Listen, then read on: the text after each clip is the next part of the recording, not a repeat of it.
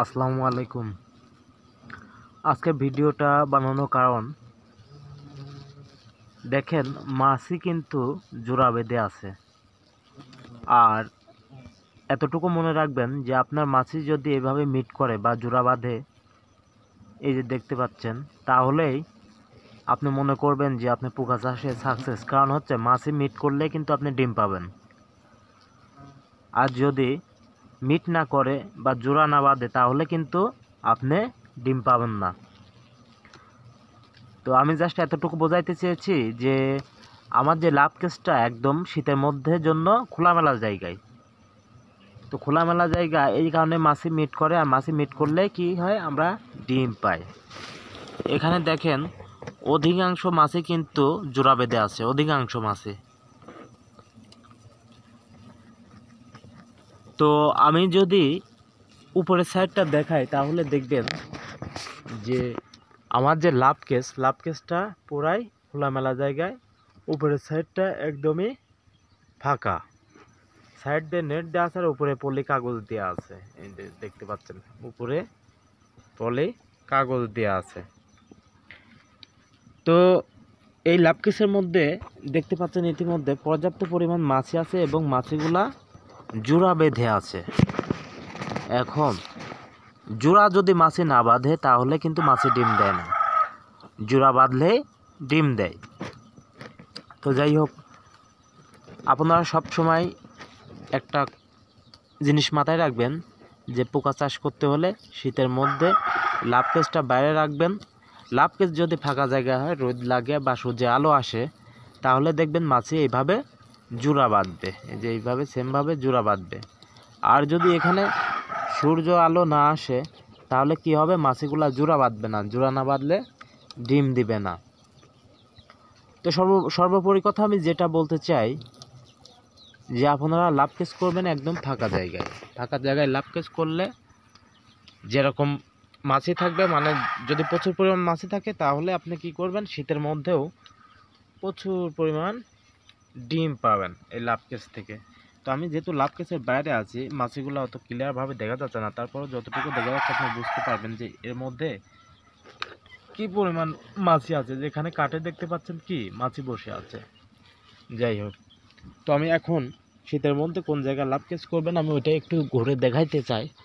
যে দেখেন চারিদিকে ফাঁকা, এটা গেট, চারিদিকে ফাঁকা, একদম ফাঁকা। উপরে পলি কাগজ দেওয়া আছে, চারটা খুঁটি আছে।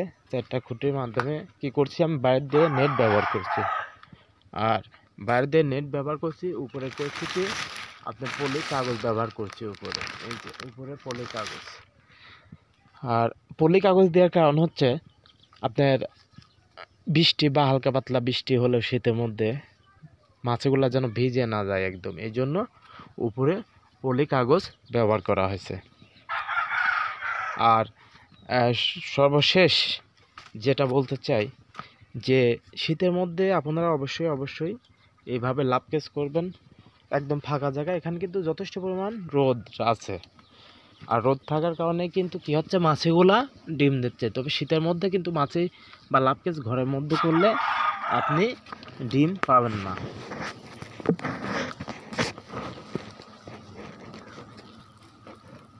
আর কিছু কথা বলতে চাই যে আপনারা যাই করুন, হাঁস মুরগি বা মাছ চাষ করার আগে অবশ্যই ব্ল্যাক সোলজার পোকা চাষ শুরু করবেন। কারণ হচ্ছে এই ব্ল্যাক সোলজার পোকার যে লার্ভা উৎপাদন খরচ একদমই কম। আমি চলুন আপনাদের লার্ভার ঘরে নিয়ে যাই, তাহলে আপনারা বুঝতে পারবেন যে লার্ভা কাকে বলে।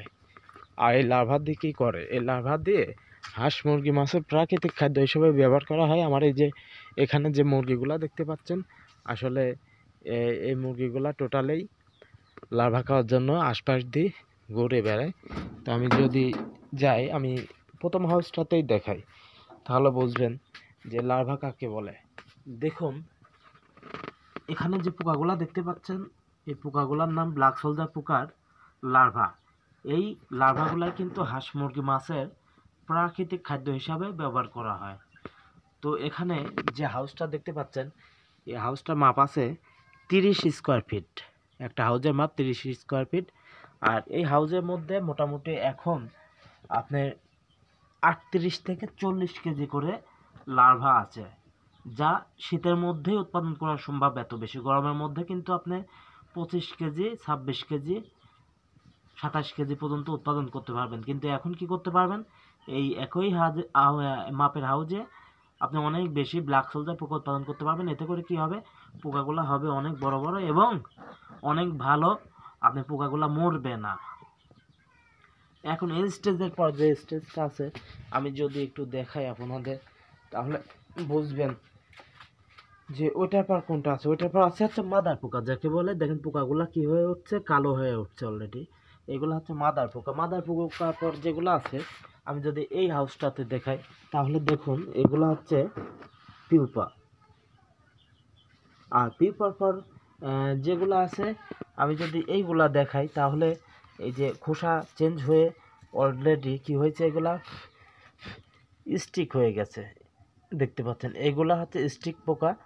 এরপরে এই পোকাগুলো পরে একটু বয়স বাড়লে এরকম হয়।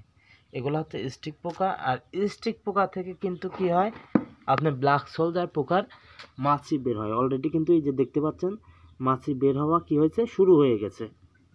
এইগুলো এখন কি করা লাগবে, লাভ কেসের মধ্যে ঢুকাই দিলে লাভ কেসে মিট করবে এবং মাছি জোড়া বাঁধবে বা ডিম দেবে। তো আজকের ভিডিওটা ছিল অনেকটাই গুরুত্বপূর্ণ ভিডিও। আপনারা অবশ্যই ভিডিওগুলো একটু মন দিয়ে দেখার বা শোনার বা বোঝার চেষ্টা করবেন। তো সবাই ভালো থাকবেন। আজকের মতো ভিডিওটা এই পর্যন্তই। আল্লাহ হাফেজ।